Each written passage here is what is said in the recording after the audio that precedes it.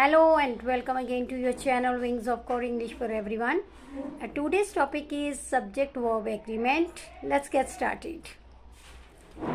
Barracks, headquarters, whereabouts and elms take a singular verb as well as plural verb. For example, the headquarters of the EFL University is in Hyderabad. In this sentence, we are using singular verb is with the headquarters word. Number second,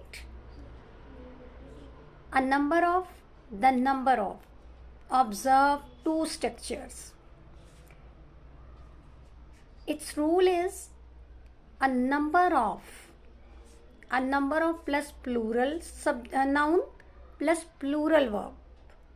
जहाँ पे ए number of use करते हैं, अ number of use करेंगे, वहाँ plural noun होगा तो वहाँ plural verb ही use किया जाएगा. Second is the number of plus plural noun plus singular verb. जहाँ द नंबर ऑफ होगा वहाँ प्लूरल नाउन के साथ हम सिंगुलर हेल्पिंग वर्ब यूज़ करेंगे. For example, in number of people, a number of people are going to picnic. तो यहाँ पर अ नंबर ऑफ यूज़ किया गया है, पीपल प्लूरल नाउन है और हेल्पिंग वर्ब प्लूरल ही यूज़ की जा रही है, are. Second is the number of days in a week is 7. तो यहाँ द नंबर ऑफ यूज़ किया गया है, अ वीक प्लूरल नाउन है और is singular helping verb use की गई है. Rule number 3, not only but also is used to combine two subjects. The verb agrees with the subject nearest to it. For example, not only he but all his brothers also were present. In this sentence, not only के बाद ही singular subject है, but के बाद all his brothers plural form में है और ये नियरेस्ट वर्ब के पास वाला सब्जेक्ट है. तो ब्रदर्स को हम देखते हुए यहाँ पर प्लूरल वर्ब यानी हेल्पिंग वर्ब प्लूरल वर्ब का यूज़ कर रहे हैं. Rule number 4, with, together with as well as accompanied by are used to combine two subjects. The verb agrees with the subject mentioned first. जब भी as well as with या together with या accompanied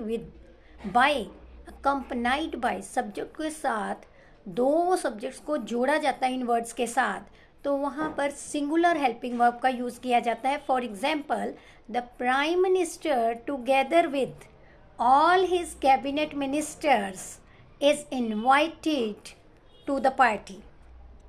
इस sentence में यहाँ पर the prime minister and all his cabinet ministers, यहाँ पर तो हम यहाँ the prime minister first subject को देखकर इस हेल्पिंग वर्ब का यूज़ कर रहे हैं. Next rule is when the subject is joined by either or neither nor, the verb agrees with the subject nearest to it. जो इसके सबसे पास सब्जेक्ट है उसके साथ ही उसकी सहमति वर्ब की होगी. फॉर एग्जाम्पल, either रमेश और Suresh has proved this solution.